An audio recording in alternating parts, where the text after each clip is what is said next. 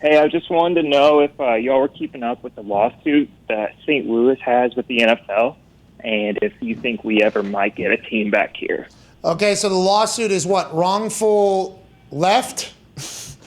What is the lawsuit? Leaving. Wrongful leaving. Well, I think basically owners were just kind of like trying to leave before the lease was up or something.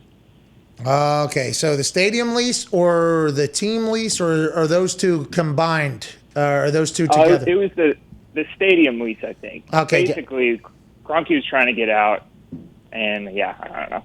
All right, Stevie, thank you for the call. And I saw the Battlehawks fans show up. Yeah. Oh, yeah. St. Louis is a good football town, has been a good football town, but that arena, that dome was the fucking shits. All right, I'm going to say it. I don't know if anybody else will say it. I don't know if anybody in St. Louis will ever say it.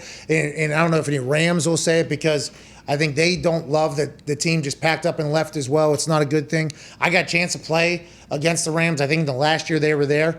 That arena stunk. That field stunk. Everything stunk about it. The fans were great. Okay, the fans were great, but it needed updated. And this is what the NFL has done forever. They have threatened to move to Los Angeles if they can't come to an agreement with the city that they reside on a new stadium. Because if you get a new stadium, that means you get the Super Bowl, you get a lot of other things, and you also get a chance to keep up with what everybody else in the NFL is doing. And there's other cities that are dying to have an NFL team. LA was that destination city for a long time. I had heard, it was before I got here, the RCA Dome was the home of the Colts. It was a great place, loud place, so much so that people thought they were piping in noise. That's how loud it was. Wow. Colts went on to win. Now it's time to potentially get a new stadium. The city, the state would not come to an agreement with the Colts on it, whether it's taxpayers' money or ownership money or who's going to pay for it. There's always a vote, and that vote never matters, by the way. If they want a new stadium, they'll get a new stadium. And allegedly, Jim Irsay hopped on a helicopter,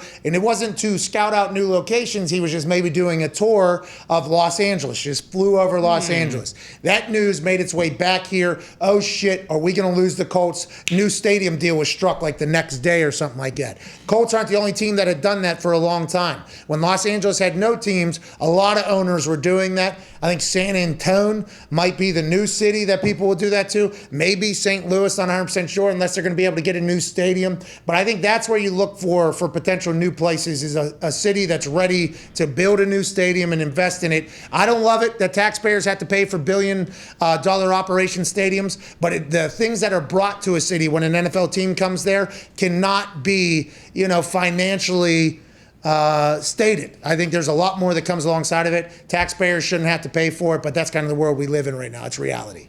Well, they become like creative too. Isn't there stadiums down in Florida where there's like a hotel tax, and part of like 13 cents from every room that is booked goes towards like the stadium or whatever, so it's not as much taxpayer money, it's more tourism and stuff. Smart. I like that there's an evolution. They've also gotten really creative where, like, I think the city is allowed to use the stadium for a couple different events, and you share the whole thing, and then there's a lease, and 9 times out of 10, the owner is getting a good deal. Mm-hmm. Yeah. Unless the owner builds the place himself, which, by the way, the land he bought to build the stadium, probably a very good deal. I'm talking about Jerry Jones right now in this particular point.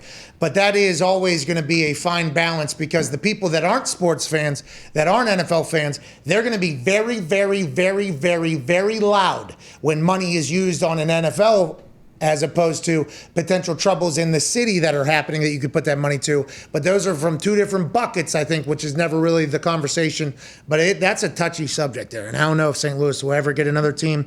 I think it all revolves around whether or not you'd be able to build a new stadium. The 52-page lawsuit from St. Louis, filed in 2017 by St. Louis County and the St. Louis Regional Convention and Sports Complex Authority, claims the NFL violated its own relocation rules by allowing the Rams to leave St. Louis. The plaintiffs are seeking upward of $1 billion, according to Gerard Jerry Carmody, a St. Louis lawyer representing the NFL. The suit claims the Rams' departure from St. Louis cost the city millions in amusement, tickets, and earnings tax revenue. Okay, so those are all the positives that come from the NFL being in your city. We're seeing it on the flip side there. This will all just revolve around, they'll say the stadium not committed to the league, and that's kind of how it all works. Those are sketchy conversations, I think, AJ. Oh, it's super sketchy. I know when the Bengals built their new stadium, they had old school riverfront, which was like Three Rivers in Pittsburgh. When they built the new one, the city paid for a ton of it. I mean, I don't know exactly the percentage. I think it's the majority of it. And people claim like, oh, the city got ripped off. And I'm saying like, and people were mad at Mike Brown for negotiating that deal. And I'm like, if I'm the owner, how can you be mad at something that they agreed to? Well, you could be mad at the owner for a lot of reasons. And as soon as you said the Cincinnati Bengals, the same team that doesn't have an indoor practice facility in the year 2021, okay? 2021, they don't have an indoor. I would have never guessed that they were too big of cheapskates to pay for their own fucking stadium. Never would have guessed that in a million years. Crazy. You put that in a stadium, what the heck goes out of their pockets? I'm not paying No for that. thanks. I'm not paying for that. That's also why we'll lose, 14, 15 games a year for the next 6 years and just keep the same head coach, not change anything. I don't want to pay the guy, pay a different guy too. Talking about Zach the Snack? Yeah, Zach the Snack. Come on, dude. That's what Nate Burleson called Zach Taylor this morning. Zach the Snack Taylor was on a dry erase board. I started laughing. I don't know what they were talking about, but I know I looked at the screen and I saw a dry erase board being held by Nate Burleson, Emmy Award winner, saying Zach the Snack Taylor and a picture of him on the side. I'm like, he is kind of an attractive dude, but is he ever going to win a fucking game? I mean, that's the biggest question I had for the guy. The question was, which head football coach in the NFL would you like to have gone to high school with? And Big Nate picked Zach the Snack. Mike Tomlin, final answer. Is there any other... Big Mike. Kingsbury. Mike McCarthy guy? I went to high school with Mike. Mike Vrabel. Me. Hey, what about Mike For Vrabel? me. Braves, yeah.